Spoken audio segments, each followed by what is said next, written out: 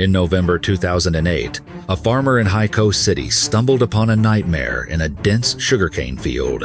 A headless, decomposing female body concealed beneath a pile of dry leaves. The discovery sent shockwaves through the humid southern capital, leaving detectives scrambling to identify a victim who had literally lost her face. Who was she?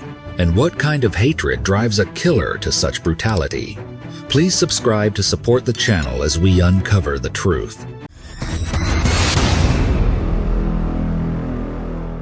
On the morning of November 15, 2008, the air in Haikou City, Hainan, was thick with humidity. A local farmer was making his routine rounds to check on his sugarcane fields near the outskirts of the city. It was a mundane task he had performed 1,000 times before, but on this particular Saturday, something was wrong.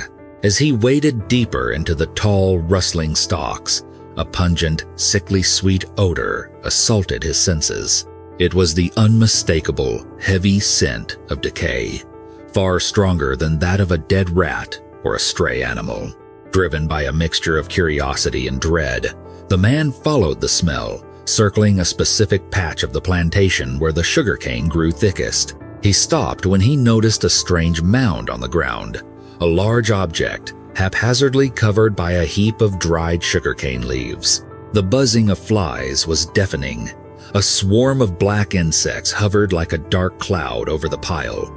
With a trembling hand, the farmer reached out and pushed the layers of dry leaves aside. What lay beneath caused his blood to run cold. It was a human body, but as his eyes traveled up the torso to where the face should have been, he realized with horror that the head was missing.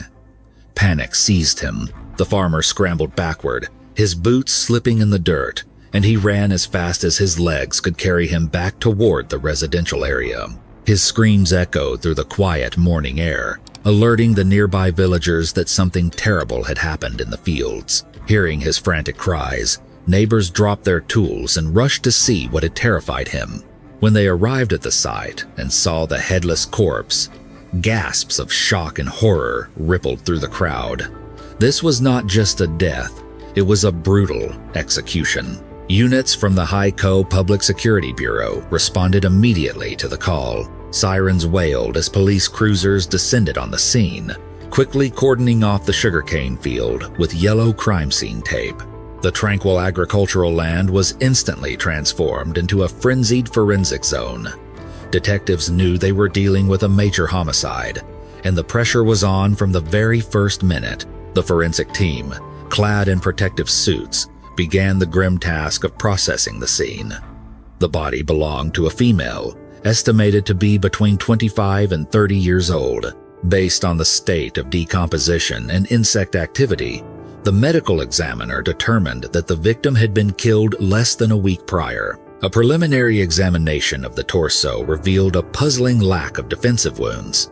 There were no bruises on her arms indicating a struggle, no knife slashes on her hands, suggesting she had fought for her life. This absence of trauma led the police to a chilling hypothesis. The victim had likely been strangled to death, perhaps taken by surprise, or overpowered so quickly she could not fight back.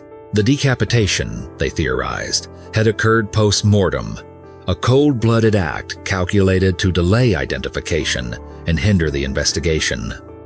The ground around the body was a mess of footprints. Between the killer, the discovery by the farmer, and the initial rush of curious villagers before the police arrived, the soil was a chaotic tapestry of shoe prints. Detectives struggled to distinguish which prints might belong to the perpetrator and which were simply contamination from the onlookers. The most critical piece of evidence, the victim's head was nowhere to be found. Without facial recognition and with no identification documents on the body, the police were staring at a Jane Doe.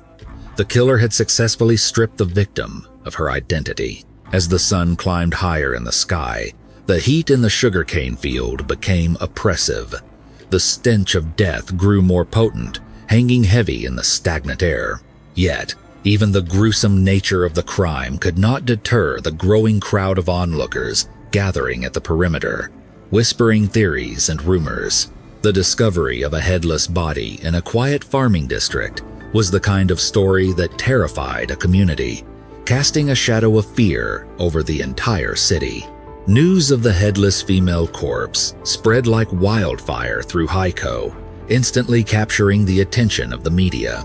Reporters flocked to the scene, their cameras trained on the swaying sugarcane. Realizing the severity of the case and the potential for public panic, the leadership of the Haikou Police Department declared this a top priority investigation. High-ranking officials issued a direct order: establish a specialized task force and identify the victim immediately. Until they knew who she was, they had no hope of finding who killed her. 2 days later, on November 17th, the Haikou police took a public step. They released a composite description of the victim, her estimated age, height, and clothing to newspapers and television stations across the province. They appealed to the public: if you have a female relative missing who matches this description, come forward. By noon that day, 2 different families had arrived at the station, hearts heavy with fear, hoping to identify the body. However, after viewing photos of the clothing and personal effects, both parties left with a mixture of relief and lingering sadness. It was not their loved one. The detectives hit a wall. It was not until 7 p.m. that evening that the breakthrough arrived. A middle-aged woman, her face etched with exhaustion and worry, hurried into the police station to report her daughter missing. She told the officer at the desk that she had been unable to reach her daughter for several days. The family had called every friend and colleague they could think of, but no one had seen her. With nowhere left to turn, they had come to the police. As the woman described her daughter, her age, her build, what she was last seen wearing, the investigators exchanged knowing glances. The details aligned terrifyingly well with the body in the morgue. Gently, they led the mother to the identification room. The process was agonizing, but necessary. Through DNA comparison and the identification of specific clothing items, the headless body finally reclaimed its name. The victim was confirmed to be Mo Ming, a 30-year-old actress with the Haikou theater troupe. The woman who had reported her missing was her mother. Mo Ming was originally from Dingcheng Town in Ding'an County, Hainan. She had moved to Haikou to pursue her dreams of acting and was renting a house on Jianshan Road. She was a talented performer, a woman with a future, now reduced to a file number in a homicide investigation. With the victim identified, the investigation shifted gears instantly. The police needed to reconstruct Mo Ming's final days. Since the sugarcane field offered few physical clues, detectives turned their focus to her social circle. In homicide cases, the perpetrator is rarely a stranger. Usually, it is someone the victim knows, loves, or works with. Investigators first interviewed Wang Hua, Mo Ming's roommate. Huang was shaken by the news, but provided a crucial lead. She told detectives that recently, Mo Ming had been seeing a man. Huang did not know much about him, he was a bit of a mystery, but she recalled Mo Ming mentioning that he was a powerful figure, specifically the boss of the Haikou theater stage where she worked. This was a significant lead, a relationship with a superior, potentially involving power dynamics, fits the profile of many crimes of passion. The police immediately zeroed in on this boss. Detectives arrived at the Haikou theater to interview Mo Ming's colleagues. The other actors confirmed that Mo Ming had been seen frequently in the company of the theater's owner. They often shared rides, and Mo Ming seemed to enjoy special treatment. However, the colleagues did not see this as suspicious. Mo Ming was a national first-class actor, a star of the troupe, and a crowd favorite. It seemed natural that the owner would favor his lead actress. The owner was identified as Tang Jianan, a 43-year-old man from Wanning City. He was brought into the interrogation room as a primary person of interest. Tang Jianan appeared cooperative, though clearly stunned by the news of Mo Ming's death. When detectives grilled him about his whereabouts between November 12th and November 14th, the estimated window of the murder, Tang did not hesitate. He provided a detailed, watertight alibi. During those critical days, Tang explained, He was on a business trip in Beijing, thousands of miles away. He was accompanied by his assistant, scouting for young talent to recruit for his theater. He provided flight records, hotel receipts, and witness testimony from his assistant to back up his story. The police checked the details. Everything held up. Tang Jianan was not in Haikou when Mo Ming was killed. However, during the interrogation, Tang provided a piece of information that confused the timeline. He told police that just a few days prior, he had received a text message from Mo Ming. The content of the message was strange and unexpected. In the text, Mo Ming claimed she had found a new boyfriend, a man she was deeply in love with. She stated that she had decided to quit the theater industry entirely to marry him. Tang admitted he had been skeptical of the message. He knew Mo Ming was anxious about his trip to Beijing. She feared that he would bring back younger, prettier actresses who would usurp her position as the troupe star. Tang believed the text was a bluff, a childish attempt to make him jealous or to leverage her position. He had ignored it, not caring about her romantic life as long as she performed. But to the detectives, this text message screamed red herring. It is a classic move in modern murder cases. The killer uses the victim's phone after death to send messages to family and employers, buying time and creating a false narrative that the victim has run away to start a new life.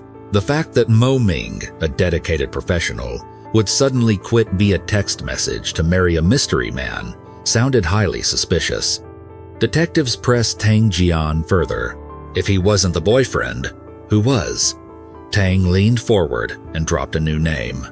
He revealed that recently, Mo Ming had been involved in a romantic entanglement with a male actor from the same theater troupe. His name was Luo Shan. Tang explained that he had warned Mo Ming about this relationship multiple times. In the entertainment industry, image is everything. He had told her to keep her private life private and not to let a scandalous romance tarnish the reputation of the theater.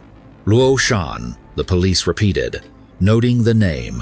The investigation quickly pivoted to Luo Shan. As the task force dug into his background, a clear motive for murder began to emerge, but not necessarily from Luo Shan himself. Detectives discovered that Luo Shan was a married man. Even more explosively, his wife, a woman named Wang Hua, was well aware of the affair. According to witnesses, Wang Hua was not a woman who suffered in silence. She had frequently stormed into the theater, causing scenes, screaming at her husband and confronting his mistress. The love triangle was volatile, public, and filled with rage. The detectives had found their motive. Jealousy. In the world of criminal profiling, a spurned wife watching her husband carry on a public affair with a younger, successful actress is a prime candidate for a rage-fueled killing. The brutality of the crime, the decapitation, suggested a level of personal hatred that went beyond a simple robbery or random attack.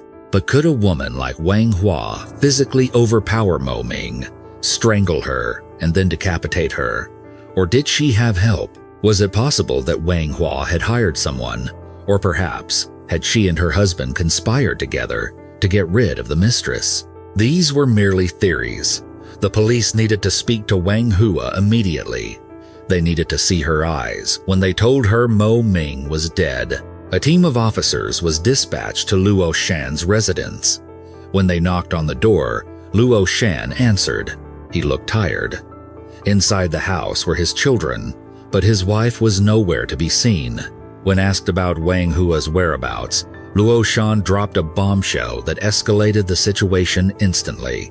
He told the officers that his wife had not been home since the evening of November 13th. The timing was impeccable. Mo Ming is killed around the 12th or 13th. Wang Hua vanishes on the 13th. Suspicion hardened into near certainty. Wang Hua was now the prime suspect. The police immediately mobilized multiple search teams to track her down. They drove to her parents' home in Chiang Mai County, expecting to find her hiding there, but the parents claimed they had not seen her. The pressure on Luo Shan increased. Under questioning, He revealed that his wife had a close friend living in Jiangsu province. He provided the address. Detectives traced this lead and contacted their counterparts in Jiangsu. However, the friend reported that Wang Hua had just boarded a bus bound for Beijing. She was on the move. Fearing she would disappear into the massive population of the capital, the Haikou police coordinated an interstate manhunt. With the assistance of local authorities along the route, the net tightened. Not long after, Wang Hua was intercepted and arrested. She was brought back to Haikou for interrogation. Sitting in the cold, sterile interrogation room, Wang Hua initially played the fool. She claimed she didn't know anyone named Mo Ming. She acted confused, a simple housewife who had run away from domestic troubles. But the police were ready. They brought Luo Shan into the room for a direct confrontation. Seeing her husband and realizing the police knew about the affair, Wang Hua's demeanor shifted. She realized the "I don't know her" defense was useless. She changed her story. "I know who killed her," Wang Hua said, her voice steady. "But it wasn't me." She pointed the finger at a man named Deng Chengmin. According to Wang Hua, Deng Chengmin was a friend of her husband. She spun a complicated tale. Deng was a fan obsessed with Mo Ming. He had used his friendship with Luo Shan to get close to the actress. Wang Hua claimed that during a party at their house, Deng Chengmin had met Mo Ming and fallen instantly in love. He began stalking the theater, trying to woo her. Eventually, he confessed his feelings, but Mo Ming, the star actress, had brutally rejected him. She had allegedly mocked him, calling him a poor nobody who wasn't worthy of her. His pride was shattered, Wang Hua told the detectives. He hated her. She claimed Deng Chengmin had come to her, knowing that Mo Ming was her rival, and tried to incite her to help kill the actress. Wang Hua insisted she had refused to be involved in murder. She then laid out the details of the crime, placing all the blame on Deng. She said that on November 14th, Deng Chengmin had stalked Mo Ming as she left work. He had waited for a deserted stretch of road, dragged her into the sugarcane field, raped her, and then strangled her. She continued, stating that after Mo Ming was dead, a panicked Deng had called her asking for advice on how to dispose of the body. Wang Hua admitted she was happy her rival was dead, so she helped him. She looked up methods on the internet used by serial killers to hinder identification and told Deng to cut off the head. "I only told him what to do," she insisted. "He was the one who took the axe. He was the one who buried the head." She explained her flight to Beijing not as an escape from the law, but as personal business. Based on her testimony, police raided Deng Chengmin's home on the morning of November 19th. Deng, a 32-year-old man and a fellow villager of Luoshan, was taken into custody. But in his interrogation room, Deng Chengmin told a story that was the exact opposite of Wang Hua's. "I didn't kill her," Deng insisted. "She did." Deng claimed that Wang Hua was the mastermind. He said they had only intended to teach Mo Ming a lesson, to scare her away from Luoshan. But Wang Hua had been consumed by rage. In the heat of the moment, she had lost control and strangled Mo Ming with her own hands. Deng admitted they were both panicked afterward. To prevent the police from identifying the body, they agreed to destroy the evidence. He admitted to helping, but he insisted the murder itself was Wang Hua's doing. The detectives were left with two conflicting confessions. Wang Hua said Deng raped and killed Mo Ming. Deng said Wang Hua strangled her in a jealous rage. Both admitted to the cover-up, but each accused the other of the actual murder. Who was lying? To find the truth, the police turned back to science. Wang Hua's story hinged on a specific detail: sexual assault. She claimed Deng had raped the victim before killing her. The forensic pathologist reviewed the autopsy report. The results were clear. There was no evidence of sexual assault on Mo Ming's body. Wang Hua had lied. Confronted with the forensic evidence and the inconsistencies in her story, the facade finally crumbled. After hours of intense interrogation, Wang Hua slumped in her chair.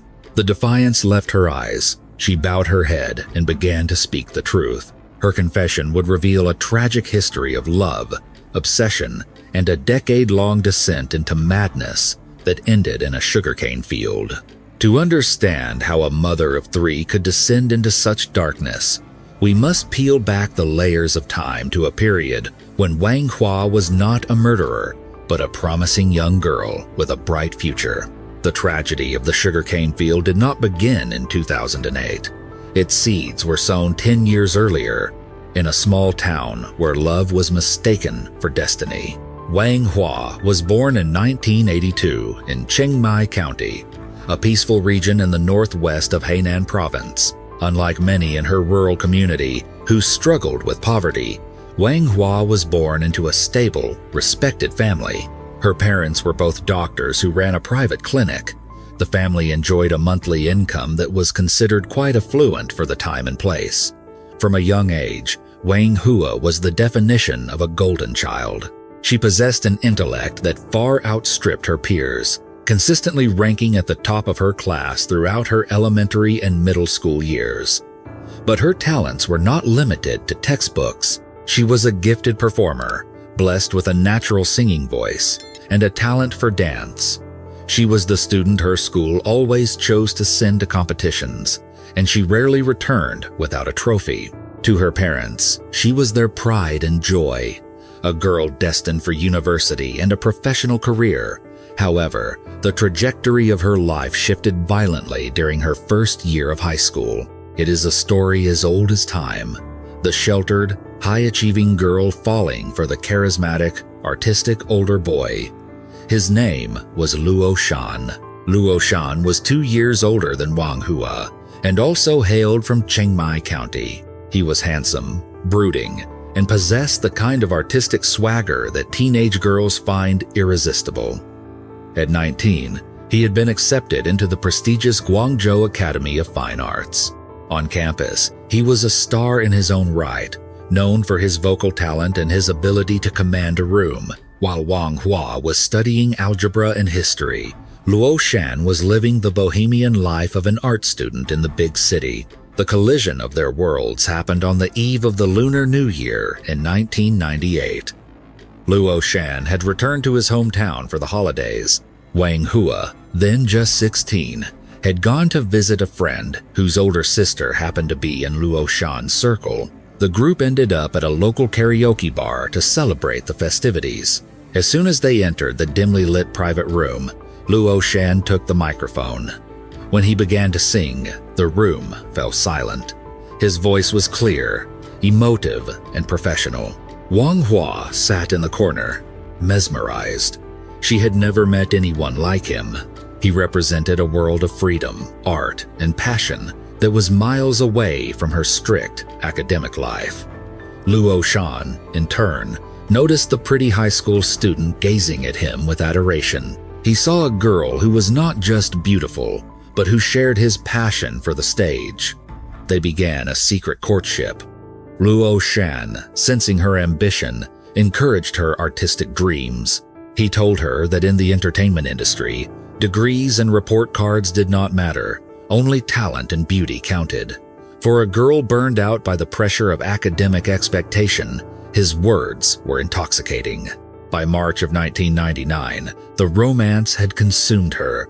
Wang Hua, once the model student, began skipping classes. When the school principal visited her home to report her 3-day absence, her parents were blindsided.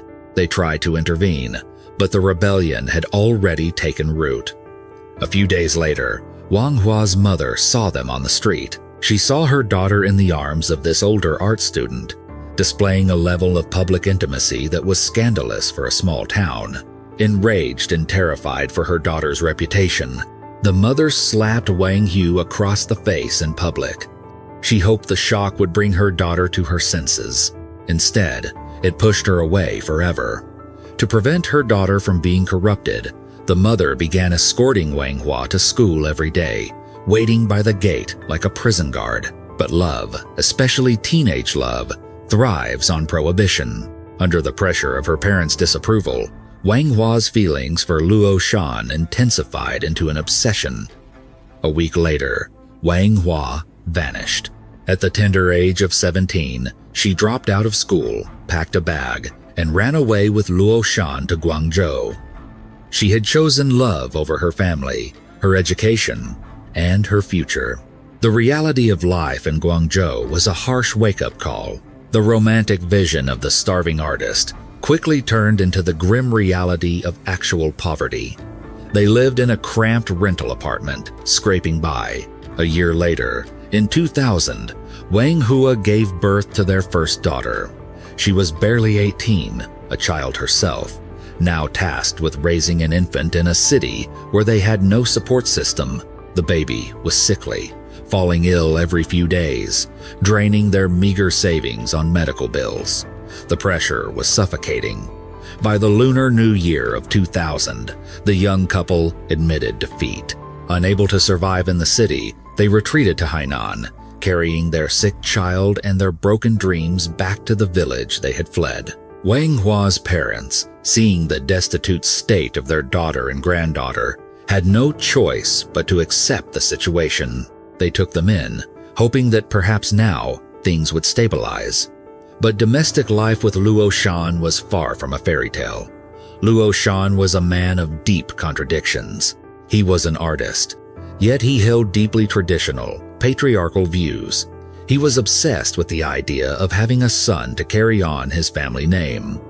Over the next few years, Wang Hua gave birth 2 more times. Both were girls. With 3 daughters and no son, Luo Shan's resentment grew. He made no secret of his disappointment, treating Wang Hua not as a partner, but as a woman who had failed in her primary duty. The romance of the karaoke bar was long dead, replaced by the grind of parenthood and the sting of her husband's disapproval. In the summer of 2003, seeking a way out of their rural stagnation, the couple made a decision. They would leave their 3 young daughters in the care of their grandparents and move to Haikou, the provincial capital, to take one last shot at their artistic dreams. Luck seemed to favor them initially.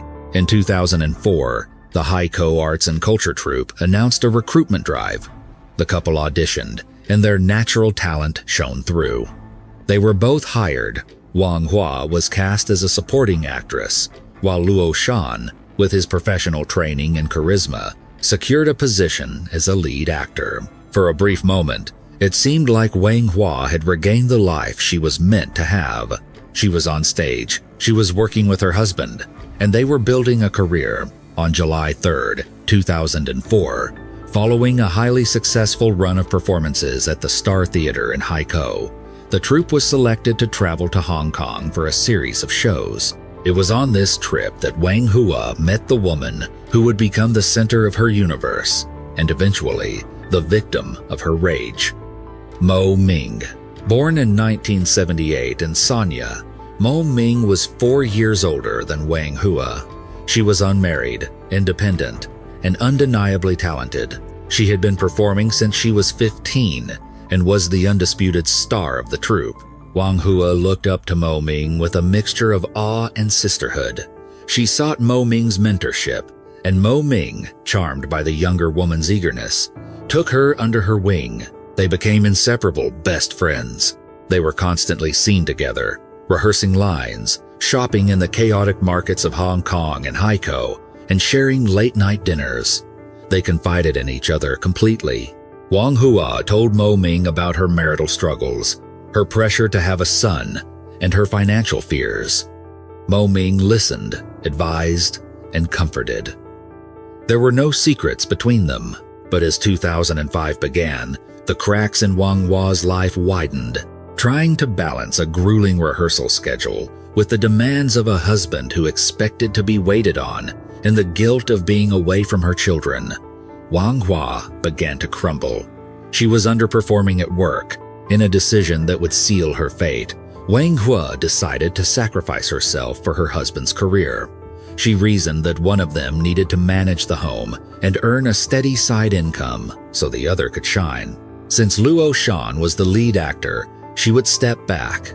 She resigned from the theater troupe. To make ends meet, the former actress, the once promising student, opened a barbecue stall at a greasy, noisy night market near their home. The contrast could not have been starker. Every night, while Luo Shan basked in the applause of the audience and the glow of the stage lights, Wang Hua stood over a hot grill, her face coated in sweat and smoke, serving skewers of meat to drunk patrons for pennies. At first, Luo Shan seemed grateful. He would come by the stall after his shows, helping her clean up the grease and charcoal. But gratitude has a short shelf life in a marriage defined by inequality. As Luo Shan's fame grew, so did his ego. He became a local celebrity, touring Malaysia and Hong Kong.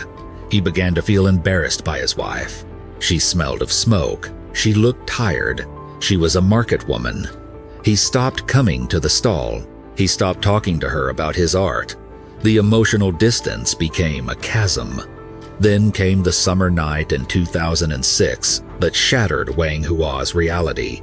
She was pushing her heavy cart of barbecue equipment home after a long shift. Her route took her past a local hotel. As she trudged along the sidewalk, she saw two figures standing in the shadows of the hotel entrance. The streetlights illuminated them clearly. It was her husband, Luo Shan, and wrapped in his arms, locked in a passionate embrace, was her best friend, Mo Ming. The betrayal was total. It was a double knife to the heart. The husband she had sacrificed her career for, and the best friend she had trusted with her deepest secrets, were laughing at her behind her back. Blind rage took over. Wang Hua abandoned her cart and charged at them. She screamed, attacking Mo Ming with her bare hands, slapping and clawing at the woman she had once called sister.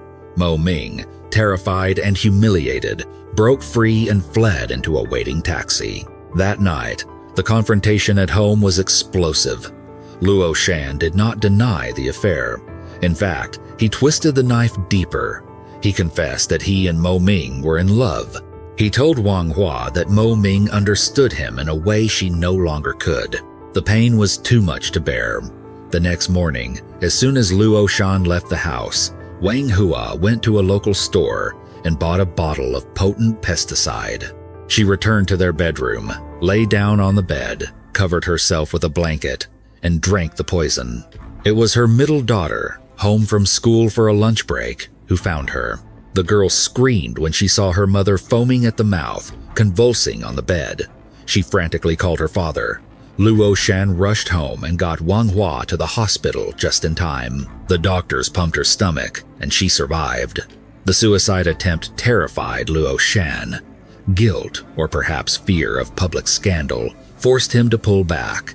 He swore to Wang Hua that it was over. He promised to cut all ties with Mo Ming.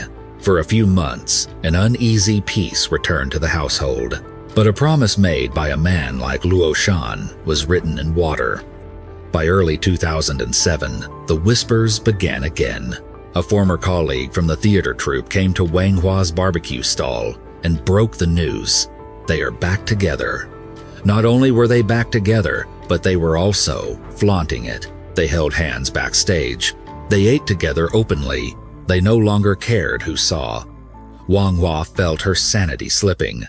She considered storming the theater again, but she knew that would only humiliate her husband further and push him away. Instead, she decided to appeal to authority. She traveled to Mo Ming's parents' house. She sat down with the elderly couple and told them everything. "Your daughter is stealing my husband. She is destroying a family with 3 children." Mo Ming's parents were horrified. They were traditional people who valued honor. They immediately summoned Mo Ming and gave her an ultimatum: end the affair immediately, or be disowned. They told her she would be kicked out of the family if she continued to be a home wrecker. Wang Hua thought this would be the end of it.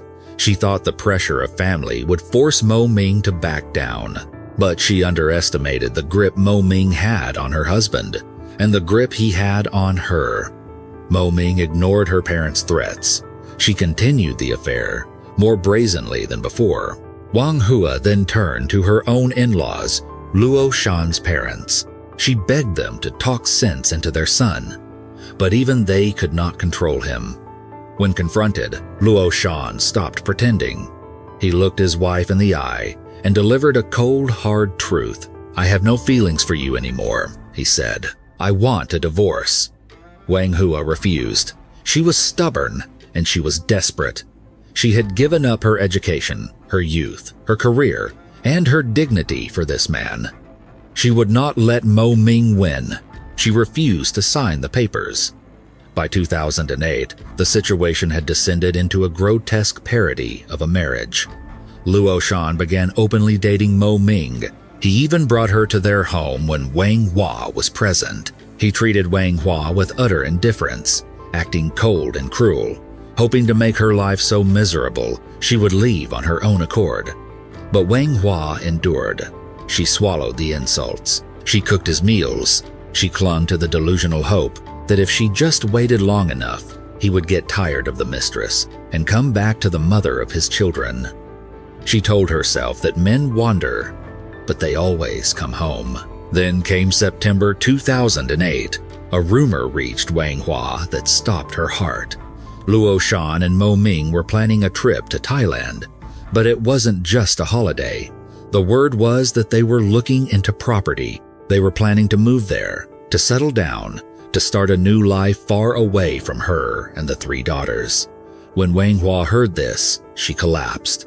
The Thailand plan meant it was final. He wasn't coming back. That night, she waited for Mo Ming on the street. When the actress appeared, Wang Hua did not attack her. She did not scream. She fell to her knees. Weeping, the woman who had once been the top student in her school begged her former best friend. "Please," she sobbed, clutching at Mo Ming's clothes. "Give him back to me. If not for me, then for my 3 children. They need a father. They will be laughed at. Please, have some mercy." Mo Ming looked down at the woman kneeling in the dirt. She did not show pity. She did not show remorse. According to Wang Hua, Mo Ming simply smiled. A cold, victorious smile nodded her head as if to confirm the Thailand plans, and walked away without saying a word. As Wang Hua watched Mo Ming's retreating figure, something inside her snapped. The grief evaporated, replaced instantly by a cold, hard resolve. The years of humiliation, the suicide attempt, the barbecue stall, the pleading, it all crystallized into a single, murderous thought. The begging was over. Wang Hua realized that as long as Mo Ming walked this earth, Luo Shan would never return. On November 3rd, Luo Shan casually mentioned to Wang Hua that he would be traveling abroad at the end of the month. He told her not to wait up and that he would mail checks for the children. He spoke to her like she was an employee he was firing. That was the catalyst. The fire of hatred that had been smoldering for 2 years roared to life. Wang Hua decided that Mo Ming had to die, but she knew she could not do it alone. She needed help. She needed a weapon, and she knew exactly who to call. Early on the morning of November 5th, after another night where her husband did not come home, Wang Hua picked up the phone. She dialed the number of a man named Deng Changmin. Deng was 32 years old, a close friend of the couple, and a man known for his loyalty to his friends. Wang Hua did not tell him she wanted to commit murder, not yet. She called him weeping, playing the victim, begging for his help. "Please," she cried into the phone. "Help me scare her. Help me threaten her so she leaves my husband alone."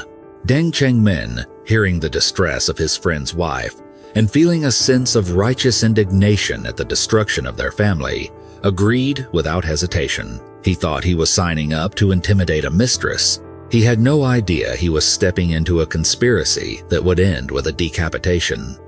Wang Hua hung up the phone. She wiped her eyes. She went to the market, but this time she wasn't buying meat for the barbecue. She bought a heavy cleaver and a sharp, pointed knife. She hid them in her bag. The stage was set. The script was written.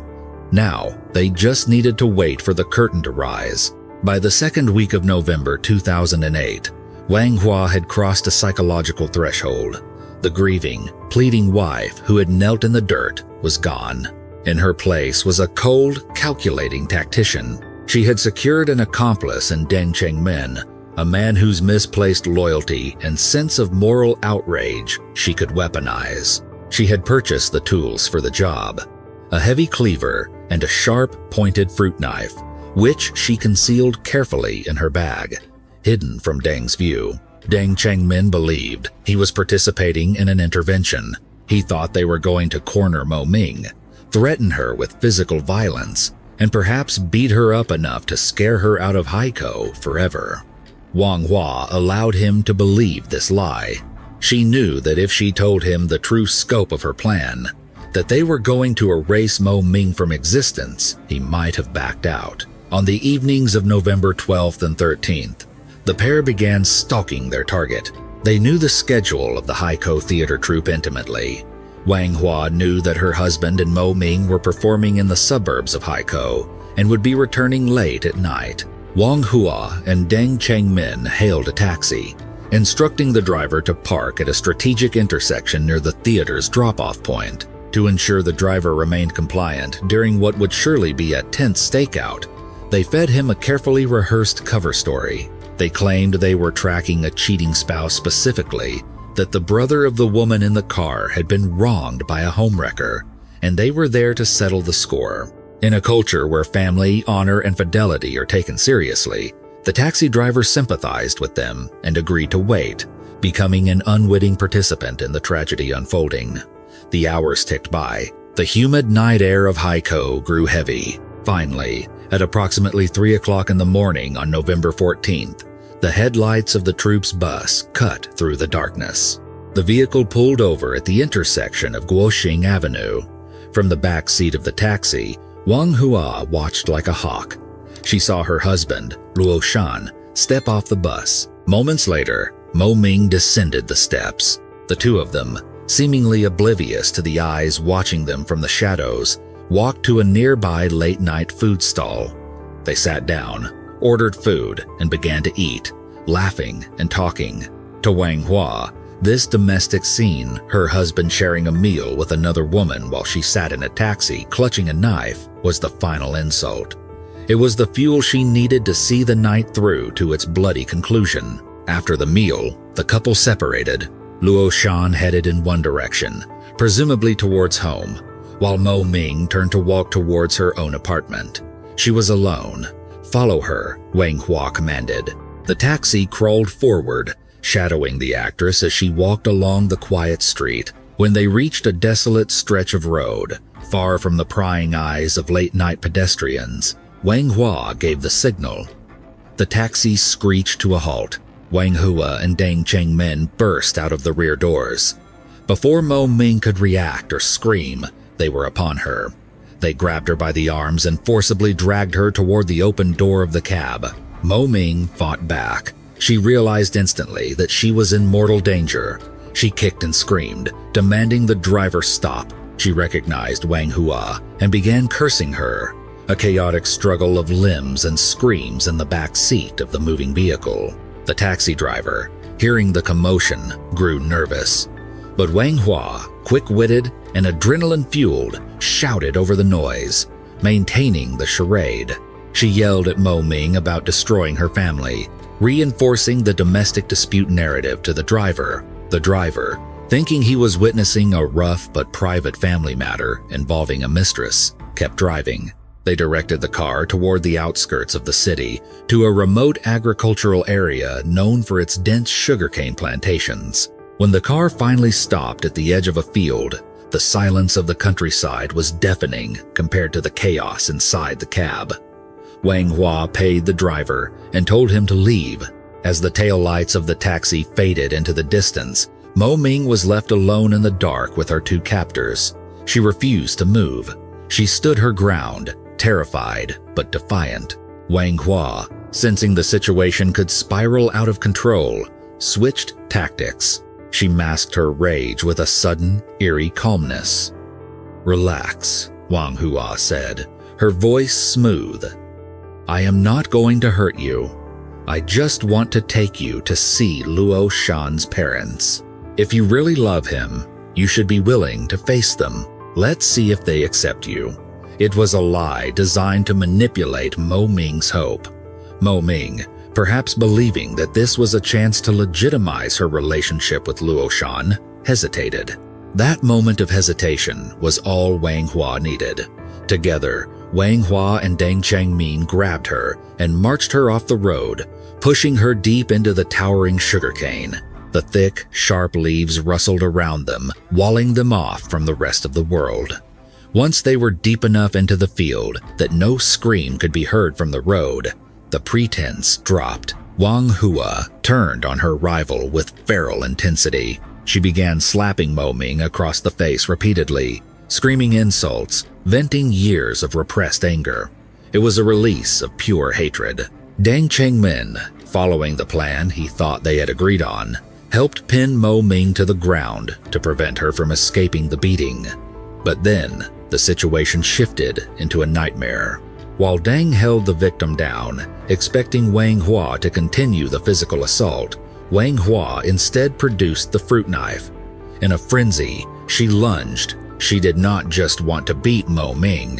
She wanted to extinguish her. According to the forensic reconstruction and later confessions, Wang Hua strangled Mo Ming first. She wrapped her hands, or perhaps a ligature, around the younger woman's throat and squeezed. Deng Changmin watched in horror as the lesson turned into a murder. But he did not stop her. Whether out of fear, shock, or a paralyzed sense of loyalty, he held the victim down as the life was choked out of her. When Mo Ming finally stopped struggling and lay still in the dirt, Wang Hua was not finished. The rage had not dissipated. It had only transformed into a cold, pragmatic need to destroy the evidence. She turned to Deng. "She's dead. Now we have to get rid of her." Wang Hua knew that identification was the enemy. If the police found the body, they would identify Mo Ming, and the trail would lead straight back to the jealous wife. They needed to make sure Mo Ming could never be recognized. Wang Hua took the heavy cleaver she had brought.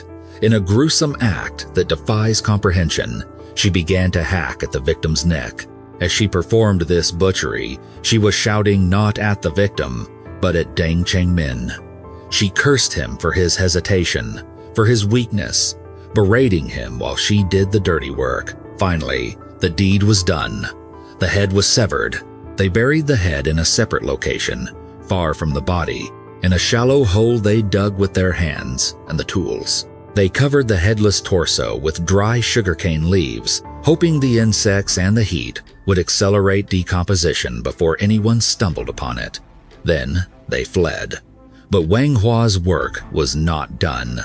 She was a woman who had thought of everything.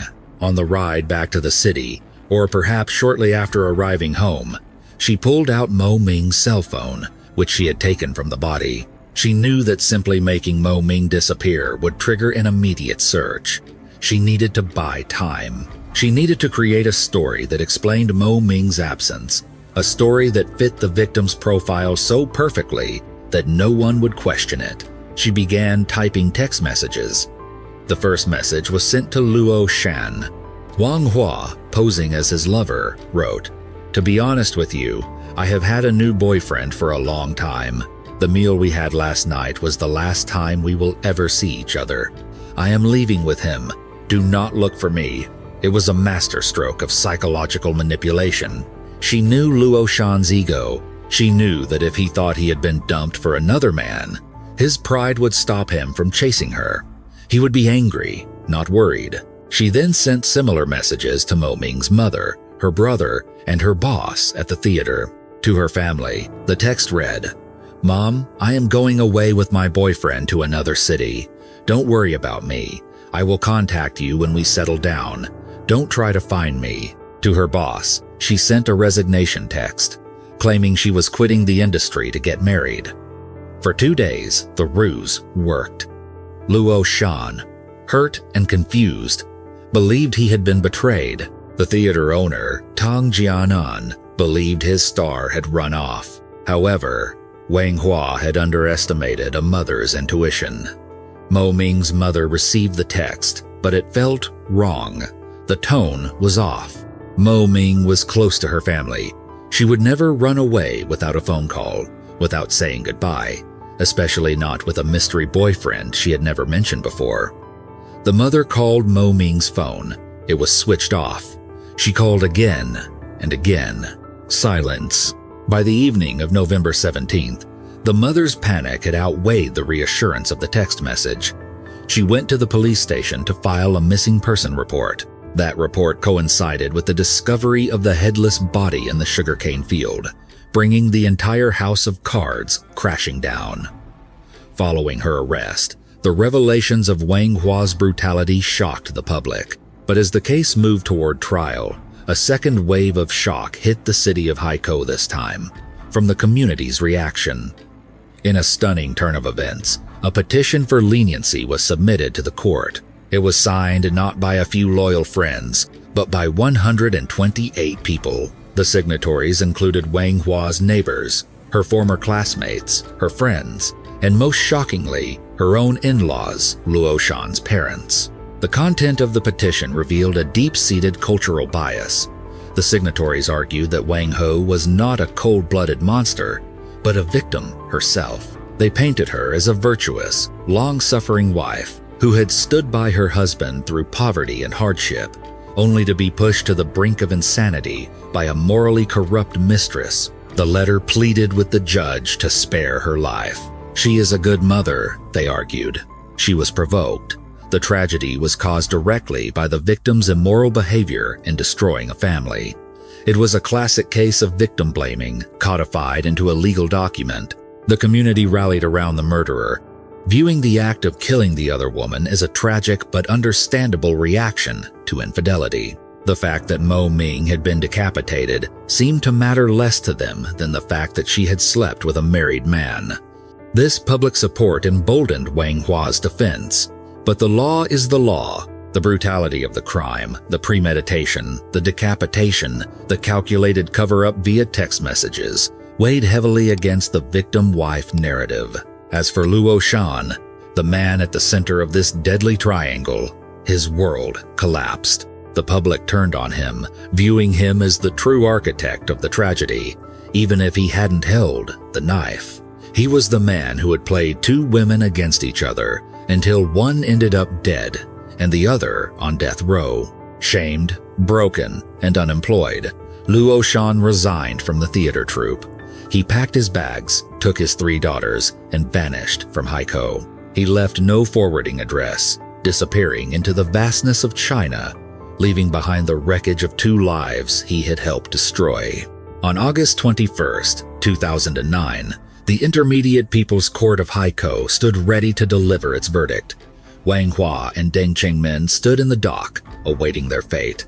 The golden child who had once captivated audiences with her voice now stood silent, listening as the judge read the final chapter of her life. On August 21st, 2009, the atmosphere inside the Haikou Intermediate People's Court was electric with tension. The gallery was packed. Family members of the victim, relatives of the accused, and the press squeezed into the rows, waiting for the final chapter of a tragedy that had captivated the entire province.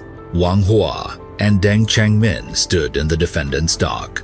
Wang Hua, the former golden child and top student, looked a shadow of her former self. The months of incarceration had worn her down, but her eyes reportedly still held a flicker of the defiance that had driven her to commit such a heinous act. Beside her stood Deng Chengmin, the man who had thought he was merely helping a friend teach a mistress a lesson, only to find himself an accessory to a decapitation. The presiding judge called the court to order. The murmurs in the gallery died down instantly. The court found that the evidence against Wang Hua was overwhelming and damning. Despite the petition signed by 128 community members pleading for leniency, a document that attempted to paint her as a victim of infidelity pushed to the brink, the law saw it differently. The judge acknowledged the emotional turmoil caused by the affair, but ruled that infidelity does not grant a license to kill. The brutality of the crime was the deciding factor. The court noted that Wang Hua had not just killed Mo Ming in a moment of passion. She had planned the abduction. She had brought weapons. She had recruited an accomplice. and most horrifically, she had desecrated the body to hide her crime. The decapitation was not an act of self-defense or sudden madness. It was a cold, calculated attempt to evade justice. The judge read the verdict. Wang Hua was convicted of intentional homicide. She was sentenced to death. A gasp rippled through the courtroom. In the Chinese judicial system, a sentence of death without a reprieve typically means the execution is carried out relatively quickly after the appeals process is exhausted. The court stripped her of her political rights for life, effectively erasing her status as a citizen before erasing her life. Then, the judge turned his attention to Deng Chengmin. Deng's defense team had argued vigorously that he was a pawn in Wang Hua's game. They portrayed him as a man blinded by loyalty and manipulated by a woman he saw as a sister figure in distress. They emphasized that he had not struck the fatal blow, and that he had attempted, however feebly, to de-escalate the violence before Wang Hua snapped. The court accepted this narrative in part. The judge ruled that while Deng Chengmin was indeed a principal offender, he had helped abduct the victim and held her down. His role was secondary to that of Wang Hua. He was the tool, not the architect. Furthermore, the court acknowledged that he had been instigated by Wang Hua. Deng Chengmin was convicted of intentional homicide. However, instead of immediate execution, he received the death penalty with a 2-year reprieve. For American audiences unfamiliar with this specific legal concept, a death sentence with a 2-year reprieve is a unique feature of the Chinese Penal Code. It sounds terrifying, but in practice, it almost always amounts to a life sentence. If the convict does not commit another intentional crime during those 2 years, the sentence is automatically commuted to life imprisonment. Deng Chengmin would likely die in prison, but he would not face the firing squad. The gavel came down, sealing the fate of the 2 killers. But as the bailiffs led them away, the true weight of the tragedy began to settle on the city of Haikou. The legal case was closed, but the psychological wounds remained wide open. This case remains one of the most disturbing examples of toxic devotion in the annals of modern Chinese crime. To understand it fully, we have to look beyond the courtroom and into the psychology of the woman at the center of the storm. Wang Hua's transformation from a high-achieving, intelligent young woman into a brutal killer is a textbook study in the sunk cost fallacy. She had invested everything in Luo Shan. She gave up her education at 17, sacrificed her relationship with her parents, endured poverty in Guangzhou, and even stepped back from her own career to support his. She had built her entire identity around being Luo Shan's wife. When that identity was threatened by Mo Ming, Wang Hua did not see it just as a marital crisis. She saw it as an existential threat.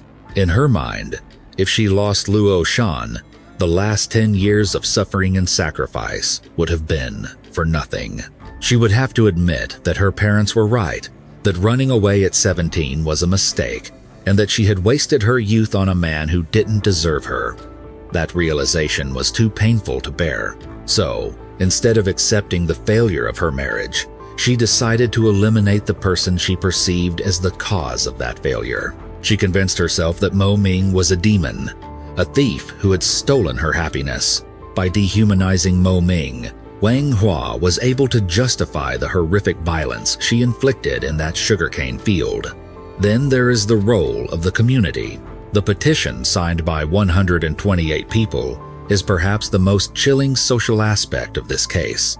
It reveals a deep-seated cultural bias that tends to villainize the other woman while excusing the actions of the wronged wife.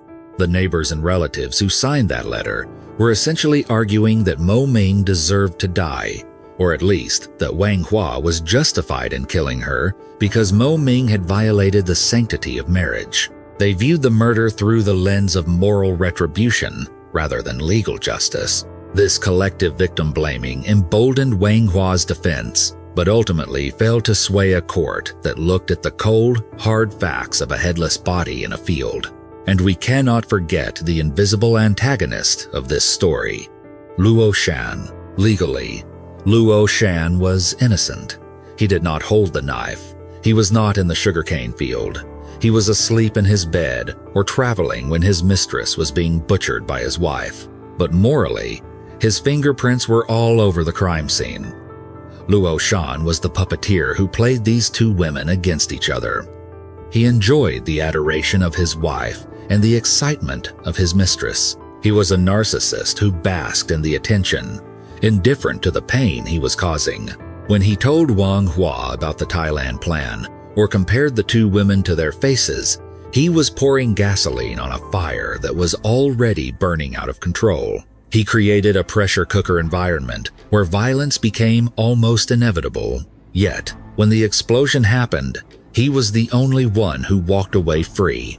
He lost his career and his reputation, yes, but he kept his life. He took his 3 daughters and vanished, leaving behind 2 dead women, one in the ground and one on death row. One can only imagine the trauma inflicted on those 3 young girls. They grew up watching their father neglect their mother. They witnessed their mother's suicide attempt, and finally, they lost their mother to the executioner's bullet because she murdered their father's girlfriend. They are the silent, living victims of this tragedy, carrying a legacy of violence and betrayal that will likely haunt them forever. The murder of Mo Ming serves as a grim reminder that intelligence and upbringing are no vaccine against madness. Wang Hua was smart, educated, and capable. She could have walked away. She could have divorced Luo Shan, gone back to school, and built a new life. She had the tools to survive, but obsession is a blinding force.